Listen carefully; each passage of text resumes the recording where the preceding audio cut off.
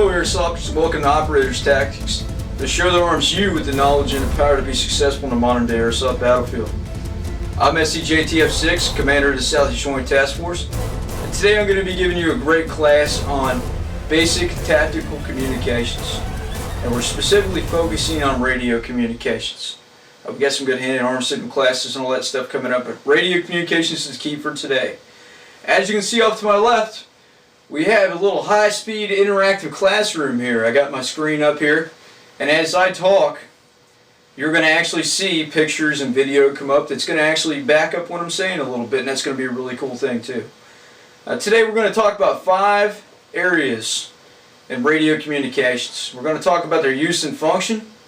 We're going to talk about the types of radios, call signs, use of multiple radios, and we're also going to talk about your little tidbit stuff like your Roger beeps and all those kind of things that we want to kind of try to avoid. Alright, so moving right along, let's talk about the types of radios. As you can see off to my left, we have the Motorola Radio. These things, you can get them anywhere. You get them at Walmart, online, doesn't really matter. About the $40 price range. They're pretty cheap, but they work. The only thing that you sacrifice with the Motorola radios, of course, is security, because you can't encrypt them. Alright, so that's one thing that you kind of give away, but tit for tat, it's definitely worth a buy, because it's going to give you that radio capability. Now we look up to the left and we see some forms of the UHF radios. You can get these things online. They sell them in the kits. The embedder, not the embedder, that's something we use in the service. The ICOMs, things like that. They're more encrypted, secure forms of communication. Now, of course, they're going to be a little more expensive. But that's just one thing you pay for when you get that type of security. They operate about the same function as the normal radios, but they got a few more features, and they operate at some different ranges in radio communications. And that's a crucial piece. We talked about the radios, so let's go ahead and talk about some accessories. One thing that you definitely want to have on you is you want to have some form of a headset. There's a couple good headsets out on the market, but I'm just going to go ahead and hit 2.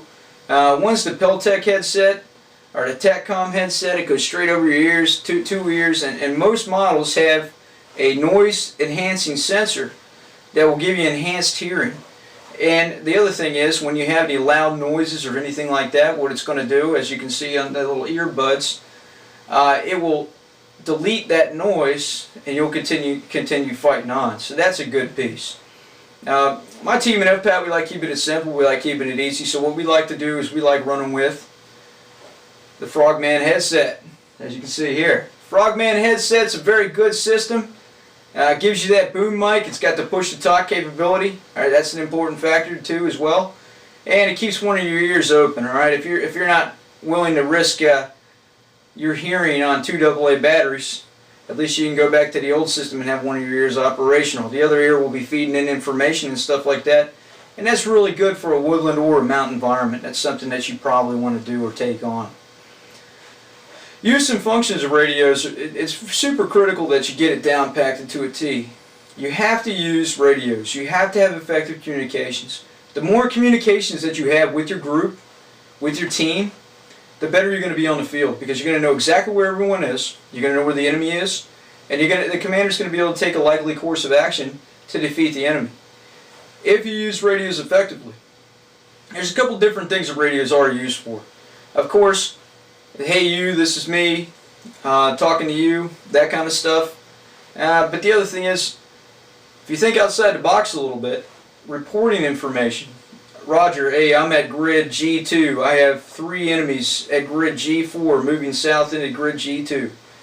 And what's that doing? It's telling your team that you got 4 tangos coming your way, and that's an important thing. It's giving your team early warning and situational awareness. That's one thing you want to think about when you're out there on the airsoft field. All right. Another thing for you snipers out there and you reconnaissance teams, that's your primary mission, to obtain intelligence. That's it. Not to be shooters on the field, not to take 1,000-yard shots. All right. Can't do it in airsoft anyway, so don't try it. I'm sure somebody's going to write me and tell me I'm wrong, but love to see it. The best thing for you to do is stay on that radio, and that radio will be your primary weapon system. You report information about the enemy to your commander. And commanders, it's the same for you. Whenever I roll out on the field, call me crazy, I got my 9mm pistol, and I got my radio, and I got my map. Because when you look down, you're looking at your map, you're relaying your forces, you're moving your forces around. I'm talking on the radio to all my individual elements.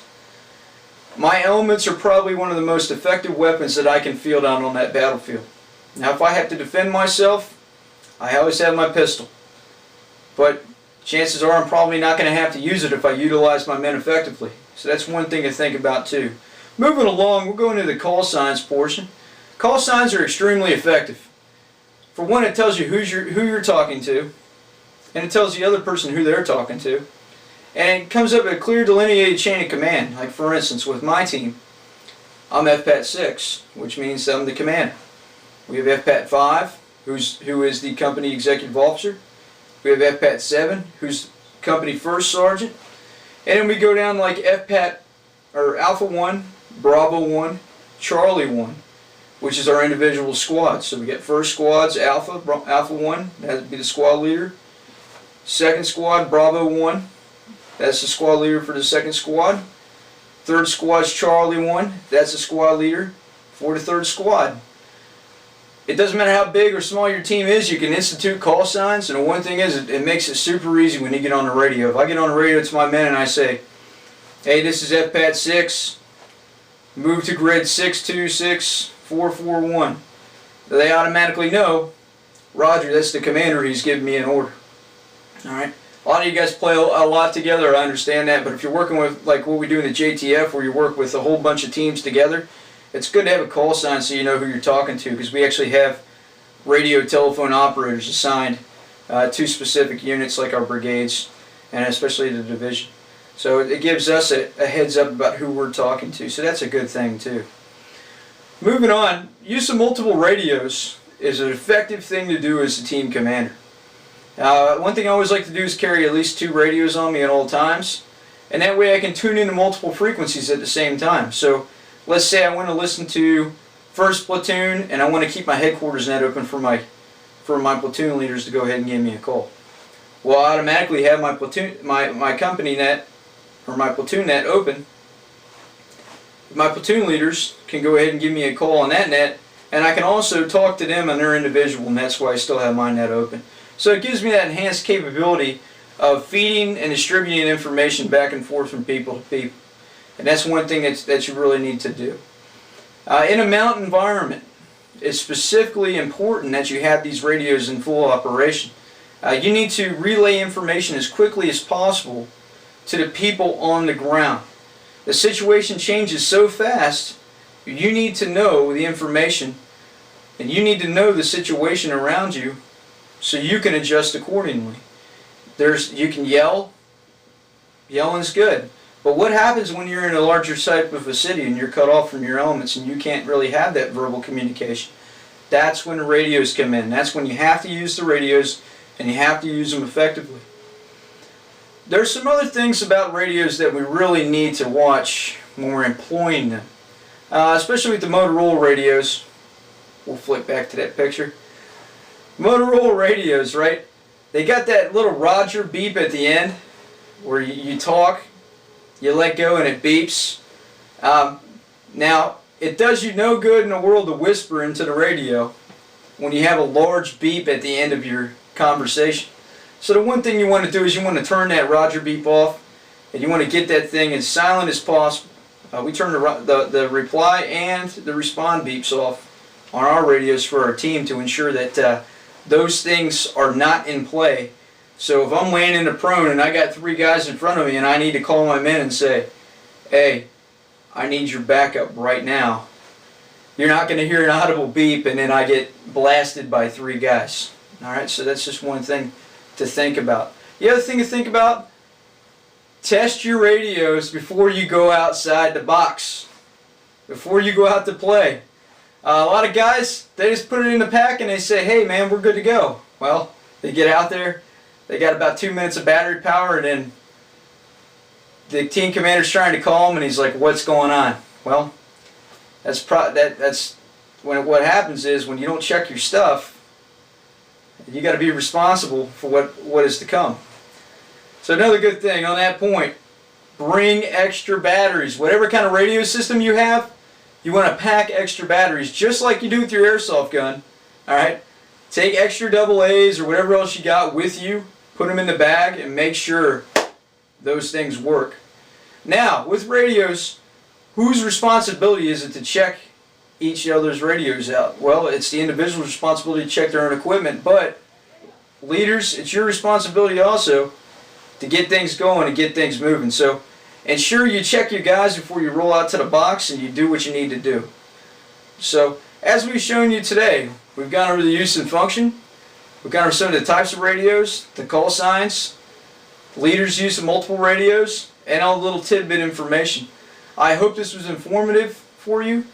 When you go out to the field next time, try using some of these tips and tidbits, especially like the call signs and with the use and function. If you're playing as a reconnaissance force or you're playing as a team commander, try to use some of the techniques that you've been taught in this video and see how they work for you. These videos aren't designed to give you all the answers, but what they are designed to do is arm you with the critical information to make sure you succeed out there on the field. Next time we're going to go over sniper tactics for you guys. You're going to love that one. We got some good in the field footage, and we also have some good classroom environment back here. It's about 15 minutes long. We're going to publish that sometime next week. So until next time, us at the Operators Tactics staff wish you the best of luck in your airsoft endeavors. Take care.